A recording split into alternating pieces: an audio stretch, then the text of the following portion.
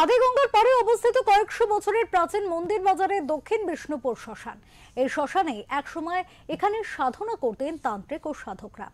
সব সাধনায় বসতেন অনেকেই। এখনো এই শ্মশানে এলে গা ছমছমে পরিবেশ অনুভূত হয়। স্থানীয়দের বিশ্বাস, তান্ত্রিকদের সাধনার জোরে আজও রাতের অন্ধকারে জেগে ওঠে শ্মশান। ঘোরাফেরা করে অপঘাতে মৃতদের আত্মা।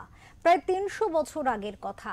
উত্তর ২৪ পরগনার প্রাচীন মন্দির বাজারে দক্ষিণ বিষ্ণুপুর শ্মশান লাগোয়া জঙ্গলে তান্ত্রিক মণিলাল চক্রবর্তী শুরু করেছিলেন কালী পুজো। স্বপ্নাদেশ পেয়ে টালির চালের মন্দির বানিয়ে দেবীর আরাধনা শুরু করেছিলেন তিনি। যদিও তখন বছরে একবারই পুজো হতো। পরে স্বপ্নে মা কালী নিত্য পুজোর ইচ্ছা প্রকাশ করলে পাকাপাকিভাবে মায়ের মন্দির গড়ে তোলা হয়। তখন ১০৮টি নরমুণ্ড উৎসর্গ করে এই মন্দির বানানো হয়। সামনে ছিল পঞ্চমুণ্ড আসন।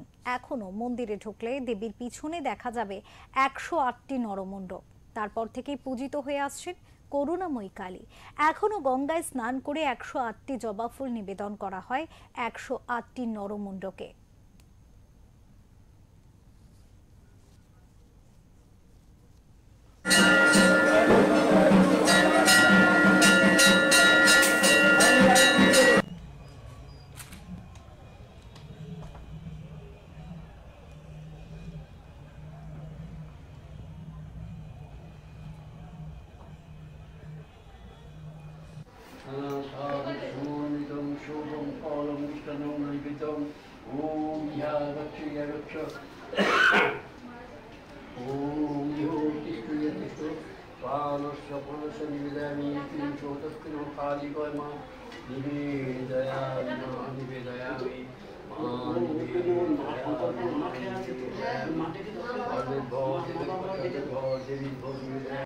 একটু ১০-১৫ বছর হলো, মানে দাদুর বাবার আমল থেকে শুরু হয়েছে নিত্য পুজো। তারপর দাদু করছে, এখন আমরা করছি, দাদু পুজো করে। তো প্রস্তুতি বলতে দেখতেই পাচ্ছি রং টঙের পোজ নতুন পড়ে গেছে, মায়ের অঙ্গরাগ হচ্ছে, নতুন সাজ আনা হচ্ছে এবং ভোগ খাওয়ানোর ব্যবস্থাও হচ্ছে। সেরকম হয় প্রত্যেক বছর, এবছরও হবে সেরকম। মানে এই যে পুজোকে মানে প্রত্যেক দিন ওই মা করুণাময়ীর কাছে দূর দূরান্ত থেকে মানুষ আসে। হ্যাঁ, প্রচুর ভক্ত আছে মায়ের কাছে। মায়ের কাছে ভোগ আর পায় বলে বিভিন্ন জায়গা থেকে, দূর দূরান্ত থেকে।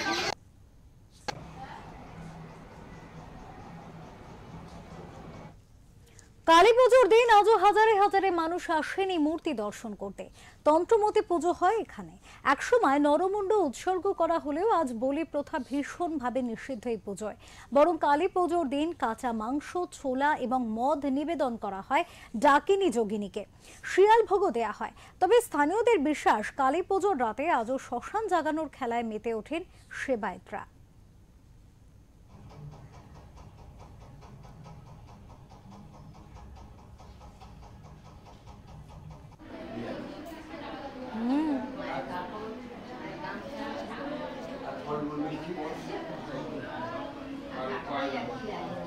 টাকা পয়সা ভাঙুন, ভাঙুন মানে আগুন, যত দেবে তত নেবে, তত নেবে।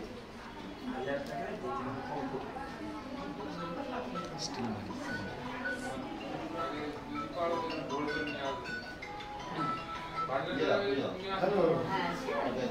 প্রচুর মাহাত্ম্য। মা এখানে ঘোরাঘুরি করে, এটা মহা শ্মশান।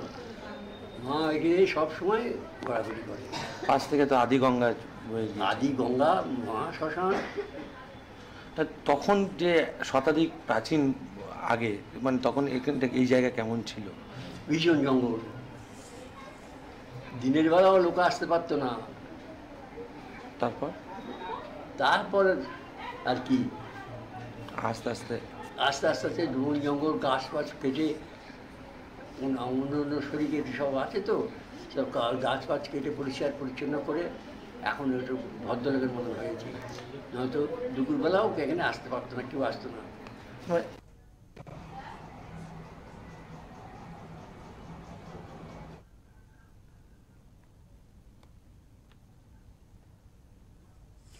কালো মাটির বাঁকে বাঁকে আজও জীবন্ত ইতিহাস। পরতে পরতে জড়িয়ে রয়েছে প্রাচীনত্বের শিকড়।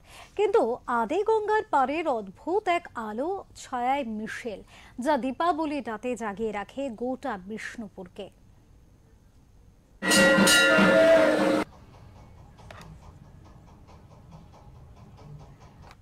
আজ থেকে আনুমানিক 300 বছর আগে এই বিষ্ণুপুর মহাশ্মশানে আদিগঙ্গার তীরে বসে তন্ত্র সাধনায় দীক্ষিত হয় মণিলাল চক্রবর্তী। সেই সময় এই ঘন জঙ্গলে দেবীর স্বপ্নাদেশে দেবীকে পূজিত করে মণিলাল চক্রবর্তী।